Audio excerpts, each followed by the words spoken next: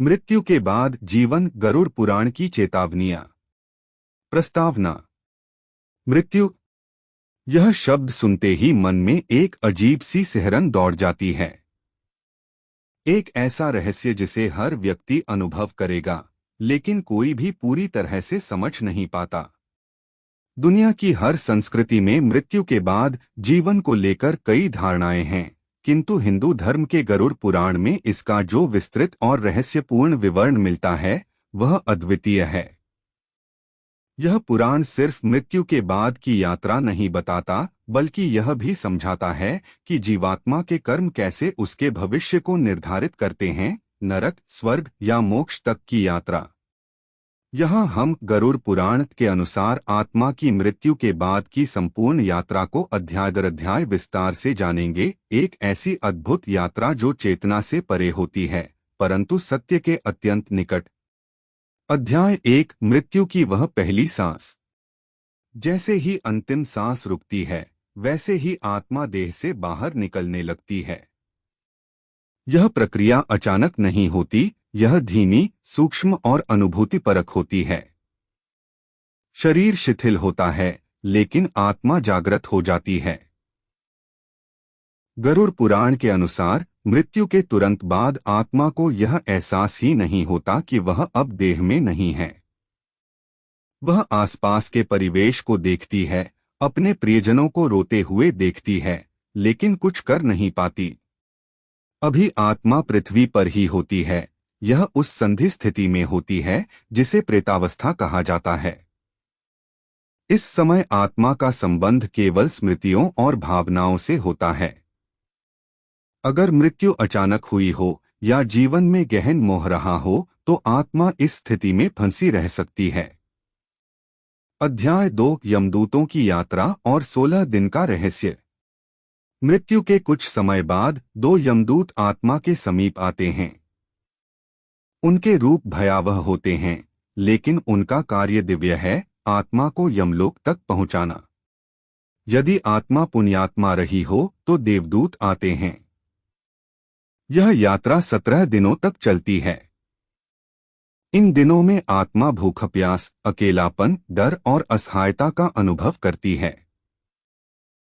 पहले 3 दिन आत्मा भ्रमित रहती है, अपने शरीर से अलगाव स्वीकार नहीं करती। 2, 4 से 10वां दिन आत्मा को शारीरिक पीड़ा महसूस होती है। इसलिए यह पिंडदान और तर्पण के लिए महत्वपूर्ण समय है। 3, 11 से 16वां दिन आत्मा को अपने कर्मों की याद आने लगती है। यह काल प्रेत योनि का होता है। 4, 17वें दिन आत्मा यमलोक की ओर प्रस्थान करती है। अध्याय 3, चित्रगुप्त का दरबार, कर्मों का लेखा-जोखा। यमलोक के द्वार पर आत्मा को चित्रगुप्त के समक्ष प्रस्तुत किया जाता है। चित्रगुप्त, जो देवताओं द्वारा नियुक्त दिव्य लेखाकार हैं, प्रत्येक जीव के अच्छे और बुरे कर्मों का लेखा रखते हैं। यहाँ आत्मा के समक्ष उसके जीवन का पूरा चलचित्र चलता है, हर कार्य, हर भाव, हर इच्छा। न कोई छल, न कोई छुपा। आत्मा स्वयं देखती है, उसने कहाँ पाप किए, कहाँ पुण्य। यदि पुण्य अधिक हो तो आत्मा को स्वर्ग जाने का आदेश दिया जाता है। यदि पाप अधिक हो तो नरक की ओर अग्रसर होती है। और यदि संतुलन हो तो पुनर्जन्म की यात्रा शुरू होती है। अध्याय 4, नरक का द्वार, 28 यातनाएं। गरुड़ पुराण में 28 प्रमुख नरकों का वर्णन है और प्रत्येक पाप के लिए एक विशिष्ट यातना। ये नरक आत्मा की चेतना को सुधारने के लिए होते हैं, न कि केवल दंड देने के लिए। 1, तामिस्र, जहां विश्वासघात करने वालों को अंधेरे में कष्ट दिया जाता है। 2, अंधकमिस्र, जहां स्त्री या पुरुष अपने जीवन साथी से छल करने पर जाते हैं।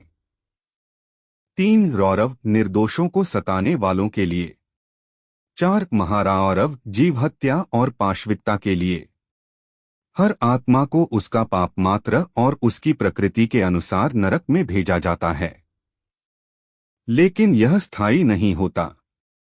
अध्याय 5, पुनर्जन्म का चक्र। नरक या स्वर्ग में समय बिताने के बाद आत्मा को पुनः जन्म लेना होता है। इसका निर्धारण उसके शेष कर्मों और इच्छाओं से होता है। जिसने भोगों की तीव्र इच्छा की, वह भोग प्रधान जीवन में जन्म लेता है। जिसने ज्ञान की इच्छा की, वह विद्वानों के घर जन्म लेता है।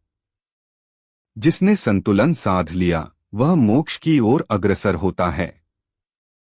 पुनर्जन्म का चक्र तब तक चलता है जब तक आत्मा मोक्ष को प्राप्त न कर ले। अध्याय 6 मोक्ष अंतिम मुक्ति। मोक्ष ही आत्मा का अंतिम लक्ष्य है, जन्म मरण के बंधन से मुक्ति। गरुड़ पुराण बताता है कि मोक्ष उन्हें प्राप्त होता है जो निष्काम कर्म करते हैं, जो आत्मा और परमात्मा के भेद को मिटा चुके होते हैं, जिन्होंने धर्म, दया, सत्य और ज्ञान का पालन किया होता है। मोक्ष की प्राप्ति का संकेत यह है कि आत्मा को पुनर्जन्म नहीं लेना पड़ता। वह ब्रह्मा के साथ एकरूप हो जाती है। अंतिम अध्याय मृत्यु से डर नहीं, तैयारी हो। गरुड़ पुराण हमें मृत्यु से डराने नहीं आया है। यह तो हमें तैयार करने आया है उस सत्य के लिए जिसे हम टालते रहते हैं। यह जीवन केवल सुख भोगने के लिए नहीं, बल्कि आत्मा को शुद्ध करने के लिए है। अगर हम इस जीवन को समझदारी, करुणा और कर्म की शुद्धता से जीते हैं, तो मृत्यु हमारे लिए अंत नहीं, आरंभ होगी। मृत्यु एक द्वार है उस प्रकाश की ओर जहां आत्मा को अपना स्वरूप याद आता है। समाप्ति। गरुड़ पुराण एक चेतावनी है और एक वरदान भी। यह हमें जीवन और मृत्यु दोनों को समझने का अवसर देता है। जो इसे गहराई से समझता है, वह जानता है मृत्यु भय नहीं, बोध है।